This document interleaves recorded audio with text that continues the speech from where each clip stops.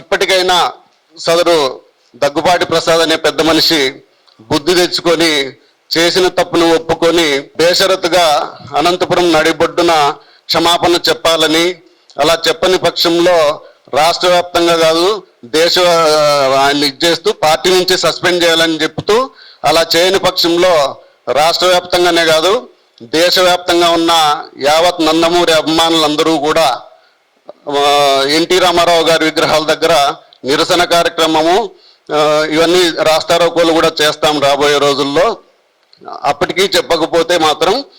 దేశవ్యాప్తంగా ఉన్న ఎన్టీఆర్ అభిమానులందరికీ చలో అనంతపురం అనే పిలుపు ఇవ్వబోతున్నాం. వేలాదిగా ఈ దీంట్లో నందమూరి ఎన్టీ రామారావు గారి అభిమానులందరూ పాల్గొని నీ ఇంటిని ముట్టరిస్తాం, నీ ఇంటి ముందు ధర్నా చేస్తాం, నువ్వు సారీ చెప్పేంత వరకు, నువ్వు బహిరంగంగా అనంతపురం నాటి బొడ్డున అభిమానులందరి సమక్షంలో సారీ చెప్పి నీ తప్పు ఒప్పుకునేంత వరకు మేము